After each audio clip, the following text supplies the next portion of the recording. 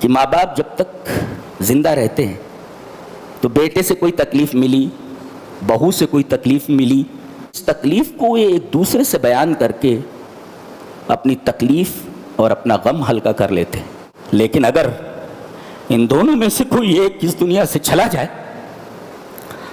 باپ چلا گیا صرف ماں ہے، ماں چلی جائے صرف بوڑھا باپ ہے، اور بیٹے کی طرف سے کوئی تکلیف آئے، بہو کی طرف سے کوئی تکلیف آئے، تو وہ اپنا غم کس سے بیان کرے؟ اس کا ساتھی تو ہے نہیں، اس کا ساتھی تو اس دنیا سے چلا گیا ہے، وہ اپنا غم بیان کرے تو کس سے کرے؟ اپنے غم کو بیان کر کے اپنے دکھ کو ہلکا کیسے کرے؟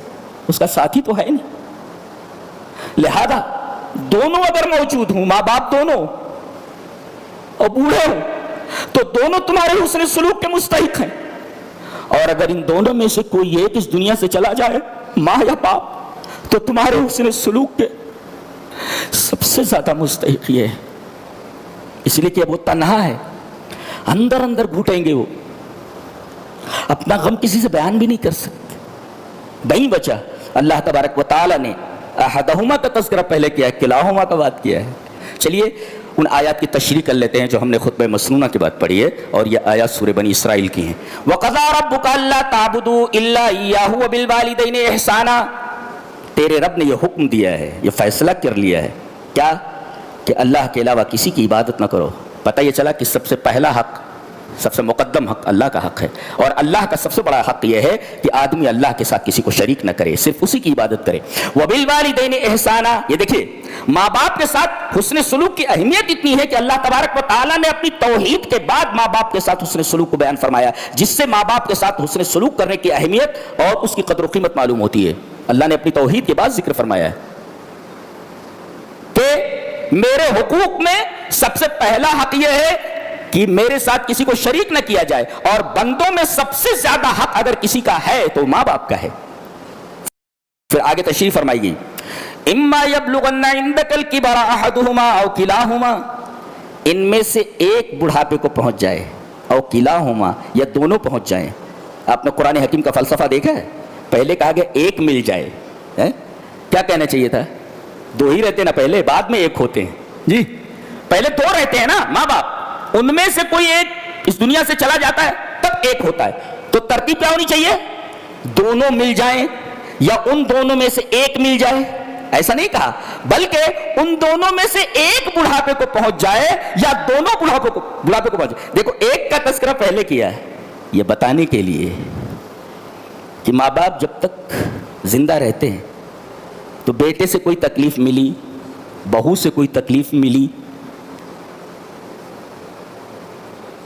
تو اس تکلیف کو یہ ایک دوسرے سے بیان کر کے اپنی تکلیف اور اپنا غم ہلکا کر لیتے ہیں۔ لیکن اگر ان دونوں میں سے کوئی ایک اس دنیا سے چلا جائے،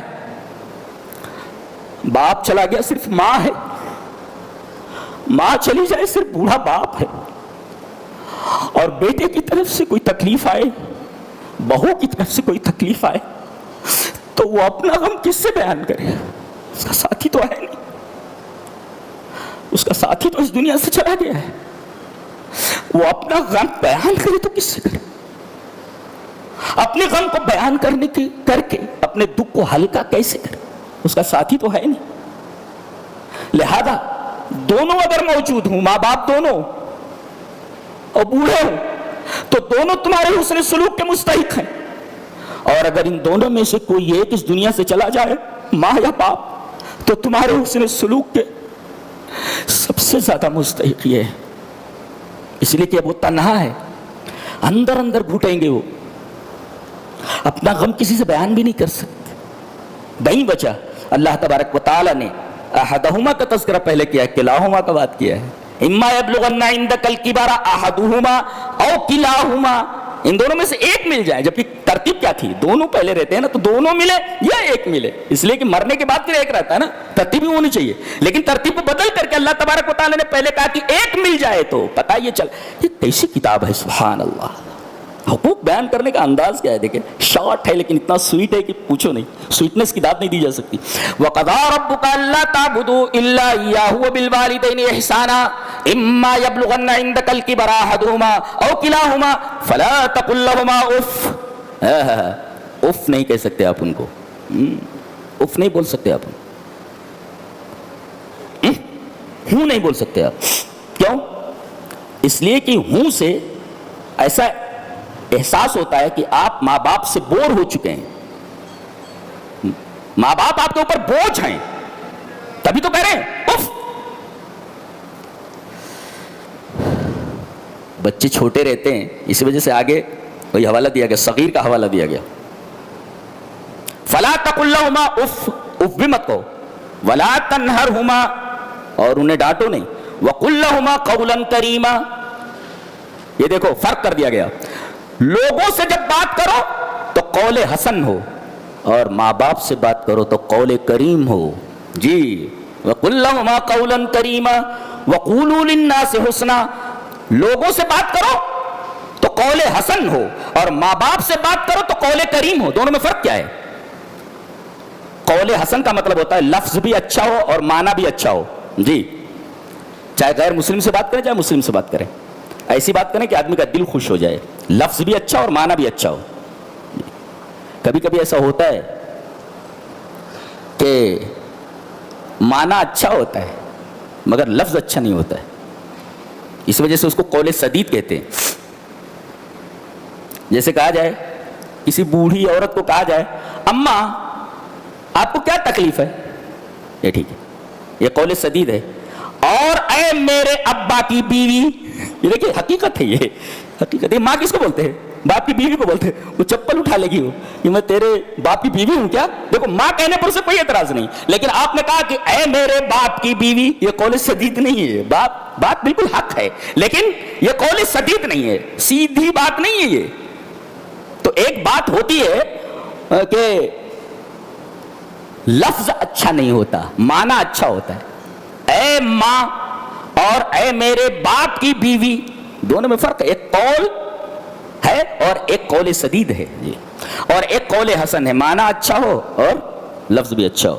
اور قول کریم کس کو کہتے ہیں؟ قول کریم کی تفسیر اس کو انگلش میں بھی بول سکتے ہیں ان دا ایکسلنٹ مینر. کتنا بھی ایکسلنٹ آپ ہو سکیں اور آپ کا لہجہ ایکسلنٹ ہو سکے تو دیٹ از کالڈ قول کریم. چلیے سعید بن مسیب تابعی ہیں، ان سے پوچھا گیا تھا کہ قول کریم کا مطلب کیا ہے.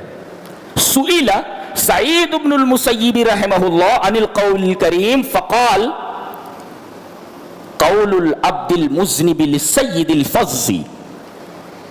حضرت سعید بن مسیب تابعی ہیں، ان سے پوچھا گیا کہ قول کریم کس کو کہتے ہیں کہ ماں باپ کے سامنے آدمی بات کرے تو قول کریم ہو، قول کرے تو قول کریم ہو. تو قول کریم کا مطلب کیا ہے؟ تو سعید بن مسیب نے فرمایا کہ جیسے کسی نوکر سے کسی غلام سے غلطی ہو جائے اور اسے معلوم ہو کہ میں نے غلطی کی ہے اور اب آقا سزا دینے والا ہے، اور آقا بھی کیسا ہے؟ للسید الفظ، انتہائی اکھڑ ٹائپ کا ہے. فظ ہے وہ اکھڑ ٹائپ کا، ترشرو اور بد مزاج ناشائستہ ہے. اب بتائیے ایک ترشرو اور اکھڑ اور سخت مزاج مالک کے سامنے ایک ایسے غلام کا قول کس طریقے کا ہوگا جس نوکر سے جس غلام سے غلطی ہو گئی ہو؟ بولے گا تو وہ دھیرے بولے گا، ڈر کر کے بولے گا. ایسا آپ اندازہ لگا سکتے ہیں کہ ایک بدمزاج آقا کے سامنے، ایک بدمزاج مالک کے سامنے غلطی کرنے والے نوکر کی بات یا اس کی گفتگو کیسی ہوگی؟ بالکل ایسی ہی گفتگو ماں باپ کے سامنے ہونی چاہیے. دیٹ از کالڈ قول کریم. وَقُلْ لَهُمَا قَوْلًا كَرِيمًا. اچھا یہی نہیں، جب بات کریں آپ تو قول کریم کے ساتھ بات کریں، اور جب ان کے سامنے آپ آئیں تو آپ کے جسم کی حالت کیا ہونی چاہیے؟ وَاخْفِضْ لَهُمَا جَنَاحَ الذُّلِّ مِنَ الرَّحْمَةِ. یہ دیکھیے، دیکھو پرندہ جب اڑتا ہے تو اپنے پروں کو پھیلا لیتا ہے، ایسا اڑتا ہے جی، اور جب اترتا ہے تو اپنے پروں کو سمیٹ لیتا ہے، یہ انداز ہے. اللہ تبارک و تعالیٰ نے پرندوں کو وہ صلاحیت بخشی ہے. کسی شاعر نے بہت اچھا کہا ہے، پروں کو کھول زمانہ اڑان دیکھتا ہے، زمین کے بیٹھ کے کیا آسمان دیکھتا ہے. پروں کو کھول زمانہ اڑان دیکھتا ہے، زمین پہ بیٹھ کے کیا آسمان دیکھتا ہے، ملا ہے حسن تو اس حسن کی حفاظت کر، سنبھل کے چل تجھے سارا جہان دیکھتا ہے۔ کہنے کا مطلب یہ ہے کہ پرندہ جب فضا میں اڑتا ہے تو اپنے پروں کو پھیلا لیتا ہے، اور جب اترتا ہے تو پروں کو سمیٹ لیتا ہے۔ تو یہ جو سمیٹ کر کے پرندہ اتر رہا ہے اسے کہتے ہیں جناح الذل، یہ عاجزی کا پر ہے۔ جناح ہمارے پر، تو عاجزی کا پر جس طریقے سے سمیٹ لیتا ہے، ایسے ہی ماں باپ کے ساتھ عاجز ہو کر کے، متواضع ہو کر کے رہو، جیسے اترتے وقت پرندہ اپنے پروں کو سمیٹ لیتا ہے۔ کیا تعبیر ہے! اللہ کی قسم، پوری دنیا کا لٹریچر ماں باپ کے ساتھ حسن سلوک کے اس ایکسپریشن کو اس انداز میں نہیں بیان کر سکتا۔ دعویٰ ہے میرا، نہیں بیان کر سکتا۔ یہ قرآن حکیم کی سٹائل ہے بولنے کی۔ جی وَخْفِضْ لَهُمَا جَنَاحَ الذُّلِّ، یہ تو آپ کے بدن کی حالت ہو، اور دل کی حالت کیا ہو؟ رحمت اور شفقت ہو۔ کیسی؟ رب ارحمہما کما ربیانی صغیرا، جیسا رحم انہوں نے مجھے پالتے وقت بچپن میں کیا ہے، وہ مجھے آغوش میں لیے رہتے تھے۔ باپ لیے ہوئے، ابا یہ کیا ہے؟ بیٹا پنکھا ہے، فین ہے۔ ابا یہ کیا ہے؟ لے بیٹا پنکھا ہے۔ ابا یہ کیا ہے؟ بیٹا پنکھا ہے۔ ابا یہ کیا ہے؟ بولے چاہیے پنکھا بیٹا، میں لے آتا ہوں۔ باپ بولے، بوڑھا باپ، بیٹے بڑی دیر سے چائے کا انتظار کر رہا ہوں۔ ہاں ہاں بول دیا ہوں، لا رہی ہے۔ بیٹے چائے نہیں آئی۔ ہاں ٹھیک ہے، لا رہی بیٹے چائے۔ آپ کا دماغ خراب ہے، آپ تھوڑی دیر صبر نہیں کر سکتے؟ دیکھیں یہاں تو صبر ہی کر رہا ہے نا وہ، تمہاری اس فضول بات کا جواب کتنے پیار سے دے رہا ہے۔ اور تم ہو، تم کون ہو؟ تم کون ہو؟ وَقُلْ رَبِّ ارْحَمْهُمَا كَمَا رَبَّيَانِي صَغِيرًا، صغیر یعنی چھوٹے ہونے کی حالت میں جس طریقے سے انہوں نے تمہاری پرورش کی تھی، یہ تو احسان کا بدلہ احسان ہے کہ انہوں نے تمہارا بچپن سنبھالا۔ اب وہ بھی بچپن میں آ گئے ہیں، لہذا تم ان کا بچپن سنبھالو۔ بچپن میں تمہارے منہ میں دانت نہیں تھے، اب ان کے منہ میں دانت نہیں ہے۔ تم اٹھ نہیں پاتے تھے تو ماں باپ سہارا دیتے تھے، اب اٹھ نہیں پا رہے ہیں تو تم انہیں سہارا دو۔ خلاصہ یہ کہ حل جزاء الاحسان الا الاحسان، احسان کا بدلہ احسان ہوتا ہے۔ لہذا انہوں نے تمہارا بچپن سنبھالا اور اب تم ان کا بچپن سنبھالو۔